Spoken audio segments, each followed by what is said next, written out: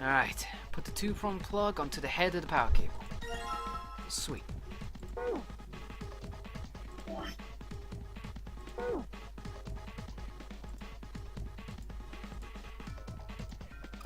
Now I wonder what this is. This thing here looks like a voltmeter. And this is the control for that? Gosh, there's so many dials. Why don't you try turning one of them? No, nothing. There's no power here, guys. I turned it down a whole bunch, but even if I turn those switches, nothing happens. Oh shit then, fine, fuck it. We'll put the cable in the thing for us to get power going. Alright, I've got the 2-prong power cable in my hand. I'm pretty sure this will work. Under the desk I go. Let's just plug this thing into the monitor. Alright, that ought to do it. Right then, let's turn on the power. I don't think anything's gonna happen. Why not? Well, it's not the main computer. Well, you never know until you try. Pretty optimistic. Holy shit! Junpei pushed a button in front of the monitor. With a soft hum, it turned on. Streams of letters that made no sense to Junpei began scrolling across the screen. He had hoped it would turn on, but he hadn't expected this. Huh? It's actually working. So it would seem. Isn't that kind of weird? What? Well, it's not connected to the main computer, right? There's just this keyboard and monitor. The only cable connected to this thing is the power cable we just plugged in. So why is it working? Well, maybe it's a wireless display. Clearly, this was a reasonable explanation to Lotus. Wireless display? Yeah, it connects to your computer wirelessly. Hence the name. God! Have you been living in a cave, Junpei? More like stupid, right? He most certainly had not, but... Is that normal? Well, yeah. At least where I worked. Ooh, some background info. Where did you work? As they spoke, the lines of letters suddenly stopped and disappeared. The only thing left on the screen was the word pass, followed by a colon. It looks like we need to enter a password. Again. There must be a hint around here somewhere. Could you go take a look around? Yeah, I'm on it. What are you gonna do? I'll see if I can do something about this on my own. On your own? Yep, on my own. Lotus pulled over the nearest chair and dropped herself onto it in front of the keyboard. Damn! For a second she stared at the screen. She kneaded her hands, knuckles popping, and twisted her back left and right. Right then, let's kick some ass. Lotus smiled to herself and rubbed her hands together in anticipation. Then before Junpei had time to blink, she was typing at an incredible speed. The click-clack of the keys running together like a machine gun fire. What? Junpei was for once at a loss for words. Didn't expect that, did you, motherfucker? You just thought I was some kind of strip or some of these big old titties. Didn't you? Didn't you? Of course I didn't. What kind of job do you have? What are you?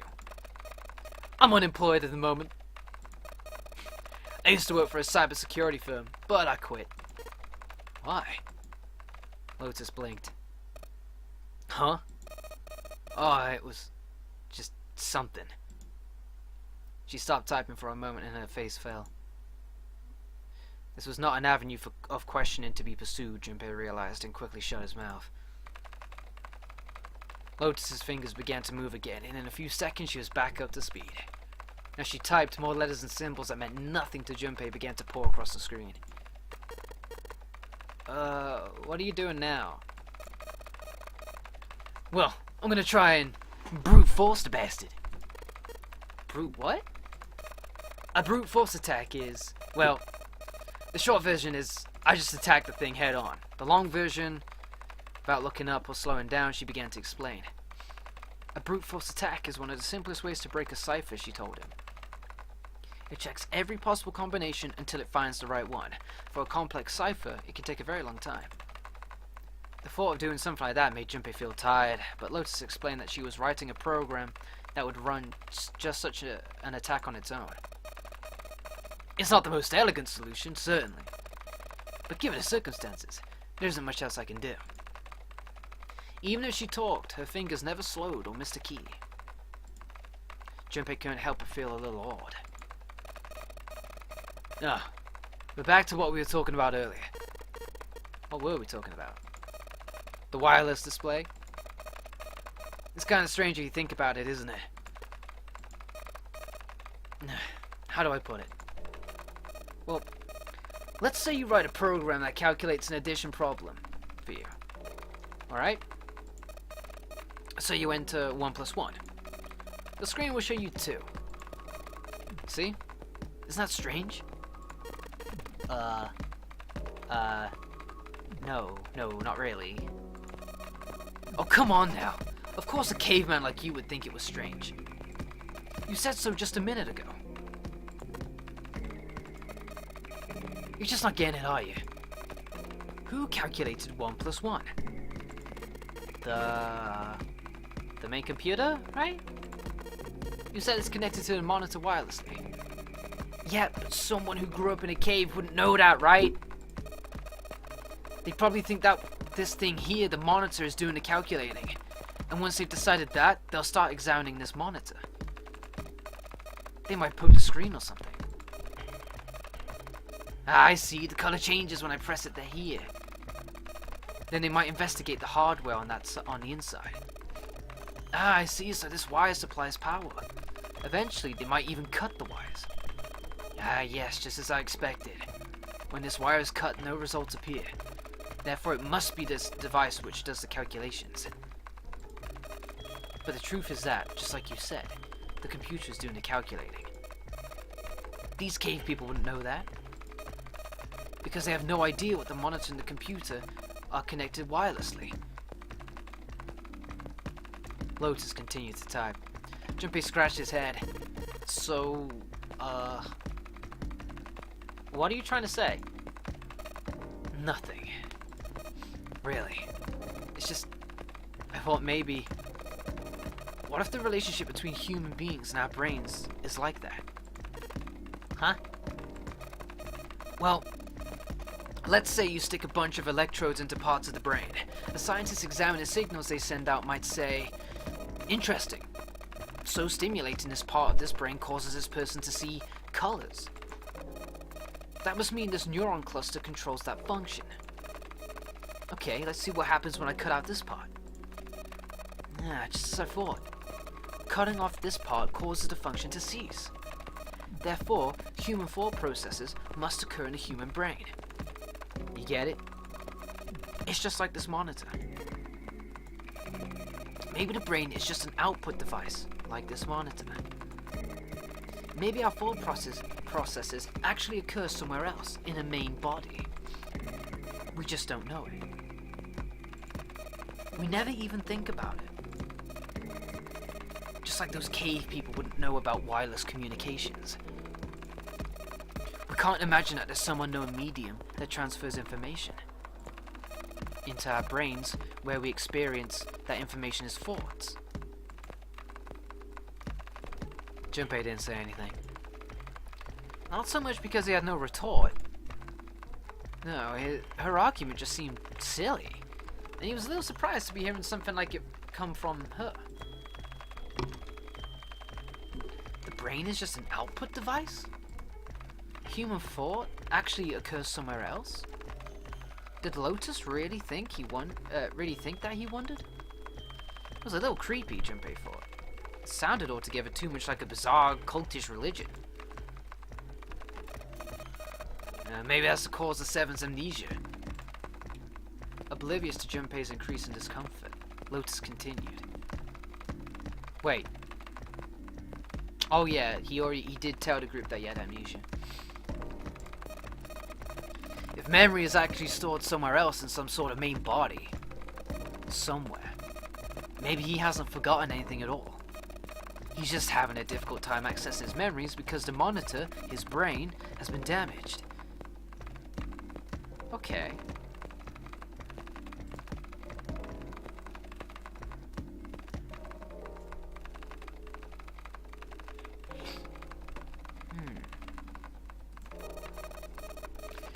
I suppose that would explain Aphasius and blindsight too. Perhaps they actually can speak or see.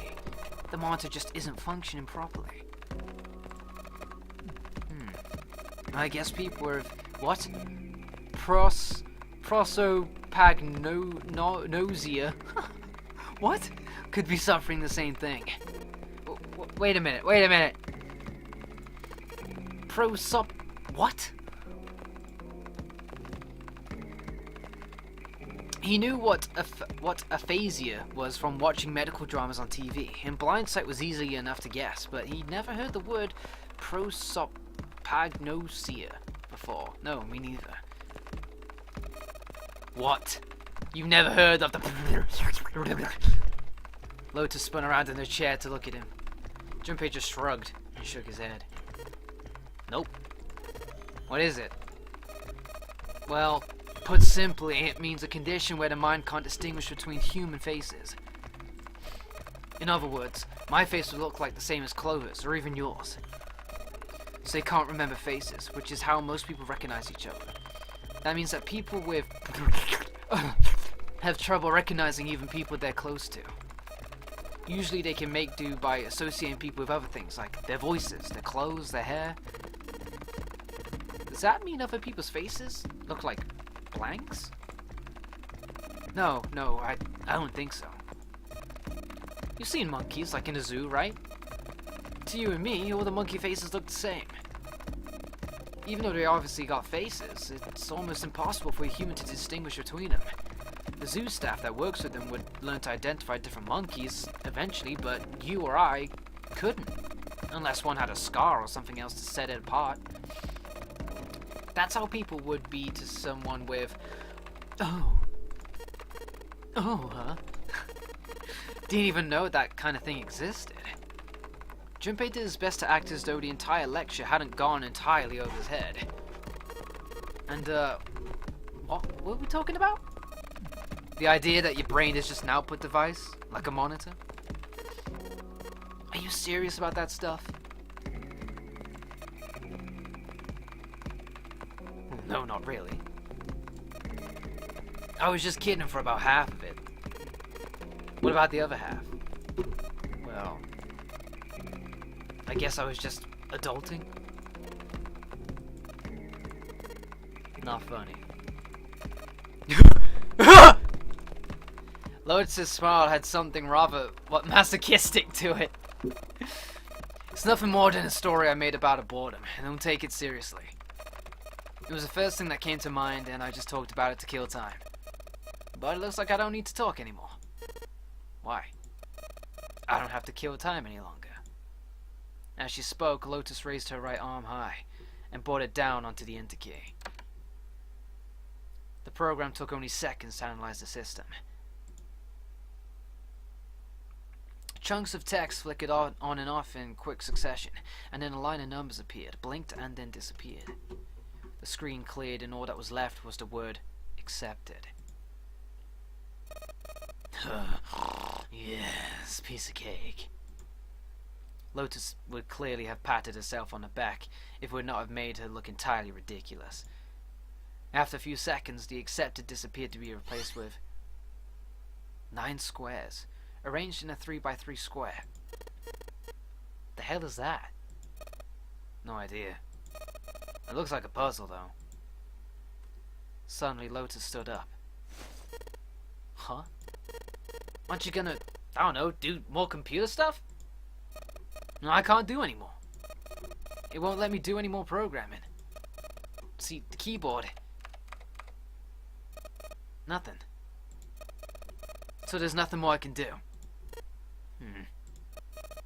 Well, I guess I'll leave this to you then, Junpei. What? Let me take a break, alright? I did my part. He wasn't sure what to say to that. She certainly had done her part, in fact. Without Lotus, they probably would have run completely aground. I shouldn't rely on other people so much, Junpei thought to himself. From here on out, he told himself he would rely on no one else. Junpei crossed his arms and stared at the puzzles shown on the screen.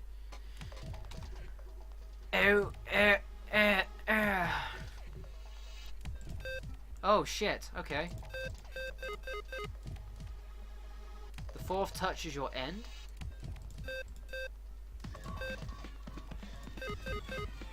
I guess I gotta get them all green.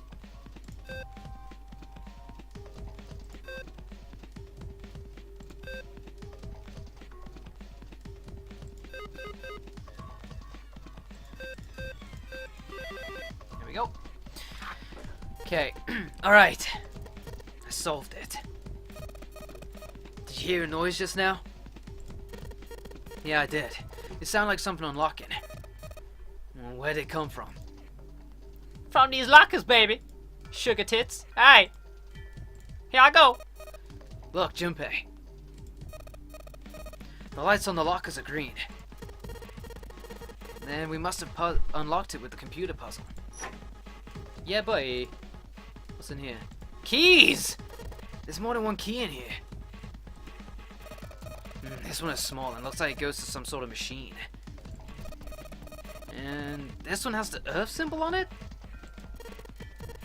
I think the Earth symbol matches a keyhole in a door on the A deck. Well, if that's the case, we probably don't need the Earth key right now. Alright then. Earth key. I'll just tuck you away deep in my bucket. Now, as for the other key. Activation key. Got it. It was just at that moment that he heard a voice behind him. It was Clover.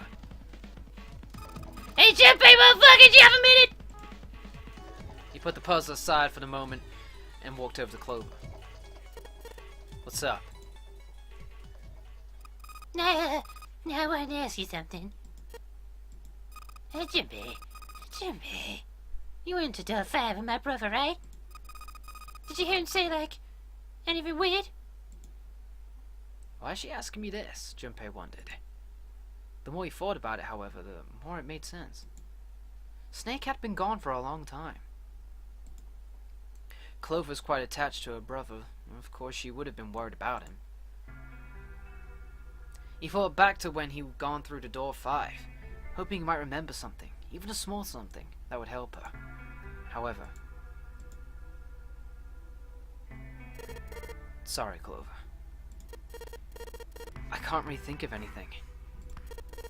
I mean, he did mention that his hearing exceeds that of a regular person, or something like that, but that's about it. Okay. Clover's words were barely audible. She nodded vaguely to Junpei and turned to walk away. Hey, wait a minute. Yeah. Look, I don't know if I should ask you things, but if you don't mind, I was hoping you could tell me if Snake, I mean, was he born... You're talking about his eyes? Well, yeah. No. He wasn't born blind. When he was a kid, he got in an accident. A really bad car accident. He couldn't see after that. And his arm? His arm? Yeah. My brother's left arm is like it's not like a normal person's arm. It's fake. It's not a real arm. Well, I didn't know that. Is it prosthetic? The accident hurt him really bad. To save him, they had to cut off his arm. Is that all you wanted to ask me? Talking about a brother clearly taking a great deal out of Clover. Junpei nodded. Look, I'm sorry. If I make you talk about all that painful stuff. Clover only shook her head and walked off down the stairs. Well. So Snake was in a bad car accident that rendered him blind and with only one arm. I see.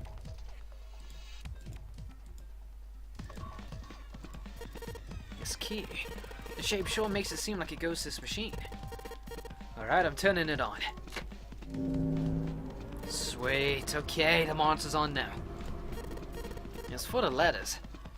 Ah, Lotus, come over here, man. Hacker shit. Yeah, it's showing some kind of warning. Power restored to experimental device. Oh shit! Clover! The mannequin, son! Emergency system will activate in the event of an abnormal subject behavior? Okay. Uh-oh. Typing on this keyboard isn't doing squat. It says power restored to experimental device.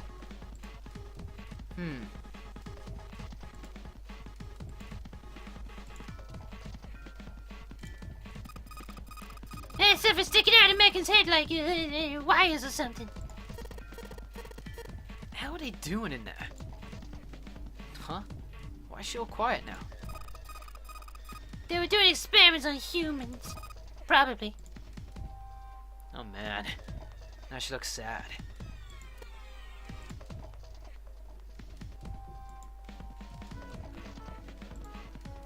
I've got the scribbles from the table already.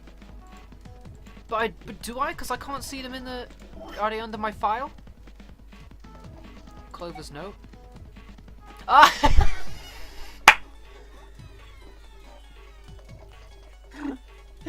Oh man. We solved that before, without even looking at that thing. Gangster. Right.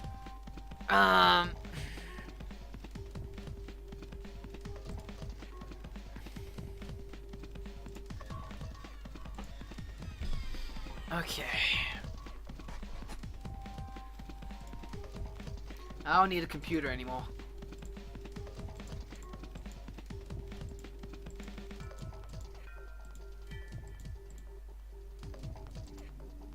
Okay, so everything here has been done. What about these things now? The only thing about the room that's changed is the lever is down now. Not very impressive. But I mean, like, click them now. Click them now. Eh, damn.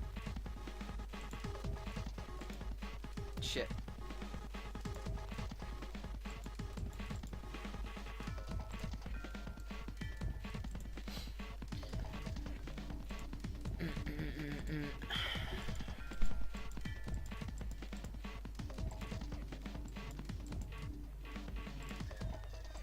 Okay. And these are still red.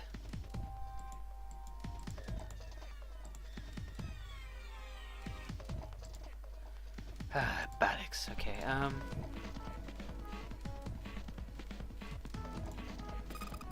It's a wreck! There are a bunch of cables on it. Somebody cut the other stuff out of the cables. I can see the wires inside. What is all this? It's a mannequin line on the exam table. I can't really see it very well from here, but it looks like there are a bunch of electrodes sticking out of its head.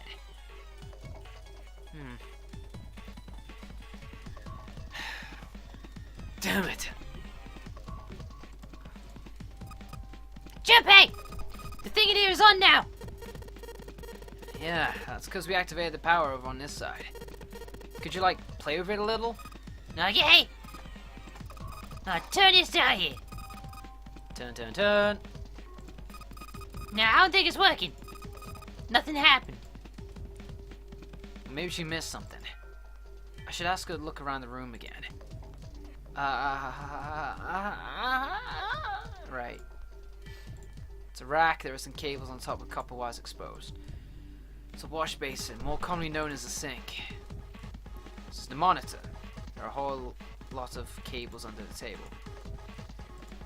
Mannequin line on the exam table. It's got a bunch of electrodes sticking out of it. Tits. I've got the screws on the table already. I don't know. Those are stairs I just came down. The bars of the gate are just above me. I guess that's drains for water, huh? But there's nothing there. Fuck. Then, I don't know what else I could make her look at. The mannequin looks so sad. gotta admit, I'm starting to feel kind of sorry for it. What? Am I getting attached to this thing? Maybe I should give it a name. How about the Science Boy? Yeah, I like it. Science Boy is lying on the table. His poor head is full of electrodes. No, my Science Boy. Well, maybe if you increase the voltage. Roger. Okay, I'm good. I'm gonna go all the way to the max. Hear ye? Max voltage? Hey, what about Science Boy? Clover, wait! Oh shit! Oh no. What? I think, Science Boy! Oh god, Science Boy! oh me god. The mannequin's head. Oh, what the fuck? What are we doing? Oh man, that sounds like a fire alarm. What the hell? Fire detected, fire detected. The emergency system will be activated. Evacuate the room immediately. Oh shit! Science Boy! Science Boy's head is on fire! Science Boy, no! Oh, the humanity! The hell is Science Boy? Are you talking to the mannequin? Yes? Forget about the mannequin. You need to help Clover now. But Science Boy. Damn. The gate's still shut. Oh god, oh god, oh god, oh god, oh god, oh god, oh god, oh god, it's red. Red means bad. Wait, yeah, open. Junpei, look at the light. Yeah, it's green. The emergency system is activated and disabled the lock. Now we can save Clover. Yeah, you jump high. Now, come on, kid, jump. Alright, she's safe. Oh man, the smoke is some serious business. Time to close this door again, I think. Alright, Clover. Are you okay? Are you hurt? Damn, she's coughing so hard she can't even talk. Of course I'm alright. I mean, not alright. The hell took you so long, you big jerk? I was almost dead. Oh, I'm sorry, I was going as fast as I could. I mean, Science Boy's on fire and shit. I mean, what do you want me to do? You two can do this later. Right now, we need to get the hell out of here. That fire's not gonna stay in that room forever. Alright, let's get out. Hey, the green light is lit. It's gotta be unlocked now. Let's go then. Did we do it? Did we totally just do it? I'm gonna cream if I did. Yes, you found it.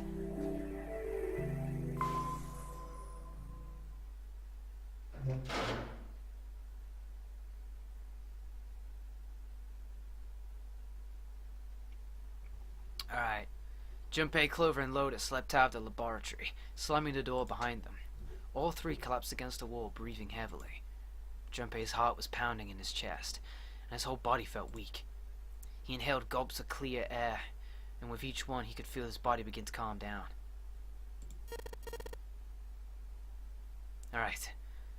Let's go. They nodded to each other and started off down the hallway. Before long they found a few new doors, but all of them were locked. Soon they had tried all the doors but one. The final door sat at the corner of the hallway. Junpei grabbed the door handle and was about to pull it open when a voice cried out behind him. It was neither Clover nor Lotus, but he recognized it. There was no doubt the voice belonged to... Ah, shit. Jippy! Motherfucker. He spun around. There, at the other end of the hall, Junpei saw human figures running toward him. Okay, it's not just her. Whew! Damn. 3 of them. June, Santa, and Seven. They stopped short in front of Junpei and his companions, gasping for air. Hey, what are you guys doing here? What? Wait, that's me. Wait, what? What? But we didn't. Before he could finish, Clover spoke. Guys, could you come over here? She was standing near the end of a small hallway that branched off to the right. I arrested and ran over to her, curious as to what she'd found. There was something on the wall at the end of the hallway. Is this a map? A map of the ship's interior. It said C deck in the upper left corner.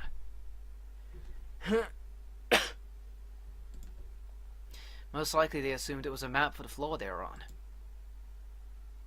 Door 7 and door 8. The map confirmed what they already knew. Both doors eventually led to the hallway where they found themselves.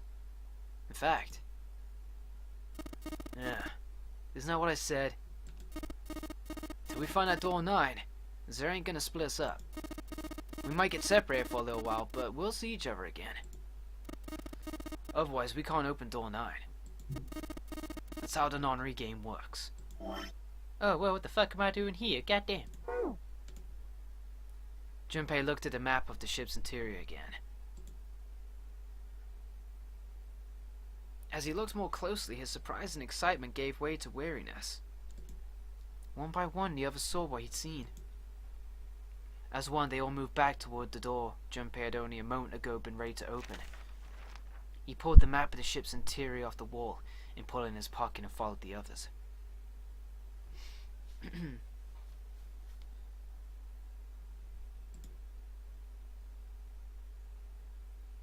The six of them stood in front of the door, arrayed in a semicircle. Santa stepped forward. He took hold of the door and spoke without looking back at the other 5. Are you ready? I'm gonna open it. They nodded their silent assent. With a deep breath, Santa threw open the door. Aw, shit. What the fuck is on the other side? Okay. They poured through the doorway and into the room. Even without looking around, each one of them knew where they were. They were just where the map had said they would be. The same room they'd been in not so very long ago. What? The tremendous central hospital room with empty beds from wall to fucking wall? Huh? I see. I believe I understand what you're saying. This is bullshit. That's what I'm saying. The 6 of you split into 2 teams and went through doors 7 and 8. You solved the puzzles in the operating room and the laboratory, and then met one another in the hallway after opening your respective locked doors. He looked like anyone might after only just waking up, but it seemed like that his brain was working as well as ever. He'd managed to grasp, summarize, and understand each team's report.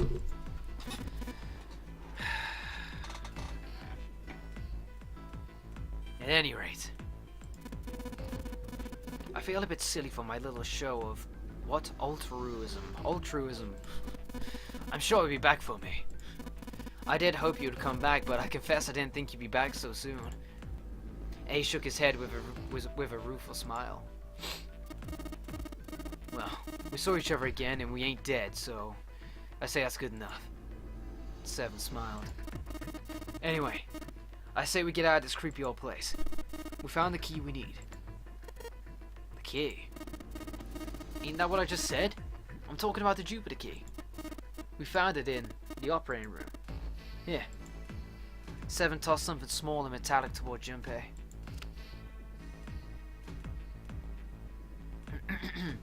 He caught it and found that the object was a key.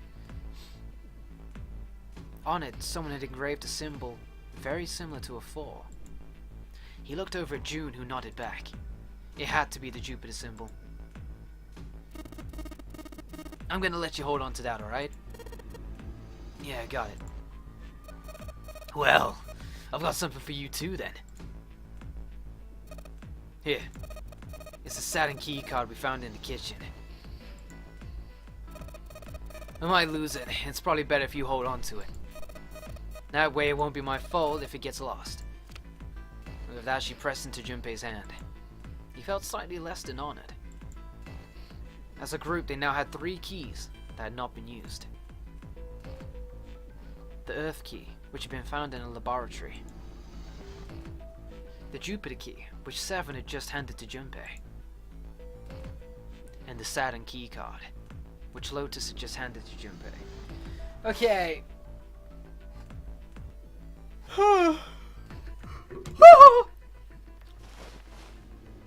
Junpei tucked the new keys into his pocket. June spoke up. Oh god. Sunshine and rainbows. Sunshine and rainbows! The Jupiter key is supposed to be for the door at the end of that long, straight hallway, right? Yeah. The map's right, then it connects to the central staircase. Then next to the stairs. Wait! Wait! They were the first words anyone had heard out of Clover in quite some time. Her face suggested they weren't going to be very happy words. Oh no. What about door 3? Look. You saw the map, right? It's the same as 7 and 8. It just leads us back to the big hospital room. There's no point to seeing what's on the other side of that door. There is a point! At least, there's for me. There were tears in her eyes, but she glided 7 as hard as she could, just the same. She looked very much like a frightened puppy. There wasn't a man alive who could have resisted those eyes. 7 looked everywhere in the room except Clover and muttered and coughed apologies under his breath. Yeah, you're right. I'm sorry. Snake might be on the other side of door 3. Clover nodded once. The next person to speak was Ace. Very well. I'll be coming with you then. I've had a nice long rest. It's time I was up and about again. So 7, you'll help me, won't you? Huh? Me? Junpei did the calculations quickly in his head. It looked like 7 was doing them too. Last he gave up. Well, damn! Well, I guess that's how it's gotta be. So I'm going with you, huh? Yes, you are. Alright, let's get moving. And so it was decided that Clover, Ace, and 7 would discover what lay beyond door 3. Laters! Okay, we're heading out. Alright, be careful. Whoa. Didn't think I'd I didn't think I'd be hearing that from you, Lotus. I won't let it get you ahead. I'd be in trouble if the 3 of you bought it. The rest of us can't open that 9 door. Ah. Okay, the truth comes out. 7 nodded as if the answer made much more sense and pulled the lever on the red.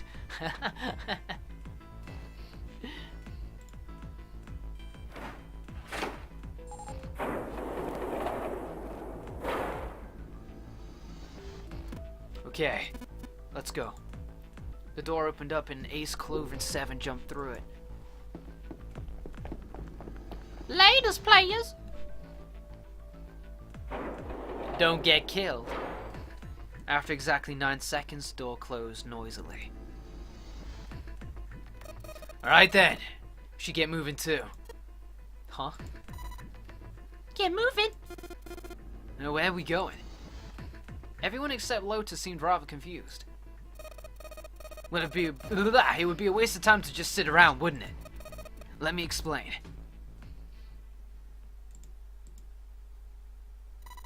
Now I get it! We're gonna see if we can get anywhere interesting with the Jupiter key. Yeah. Yeah, if we're lucky, we might find Snake. Perhaps. They're at the end of the hallway, lined by individual hospital rooms. The Jupiter symbol was engraved on the keyhole. Right then, Junpei, open it if you please. Yeah, I'm on it. Junpei pulled the Jupiter key out of his pocket and slid it into the keyhole. He twisted. With a nice sharp click, he felt the door unlock. Alright. Ready, guys? Junpei's companions nodded. He nodded back and slowly and quietly opened the door. Well, that is going to be the end of our little 999 session there, man. Because my throat is dry as hell. I have a feeling we're about to enter another door situation where we got to make decisions and yet again seek a way out. This session was really good. I'm really glad I went with door 8 when it came to picking between 8 and 7. I'm glad we went with 8 because, like I said, with door 5 we got to learn a bit about Snake and a bit about 7. But with door 8 we got to know a tremendous amount about Lotus, you know. And Clover herself was even able to shed some more light on Snake as well, and saying how he acquired his blindness, and also that he was missing one arm through a bad car accident. So yes, I don't know what to expect on the other side of this Jupiter though. But we'll find out tomorrow most likely when we play this again some more. I don't know how far we are through the game, but if the time is anything to go by, we should be approaching 2 a.m. on the in-game clock soon. I think we should start hearing that 2 a.m. chiming. So I think there's a chance that we're coming up. We're not there yet, but we're probably approaching 50%-ish. Kind of. So I'm gonna guess and say we're probably halfway-ish, judging by the time. Anyways, guys, I had a lot of fun with 999, and I hope you did too. And we're gonna be tearing up some more of this real soon, buddy. Hey, yeah.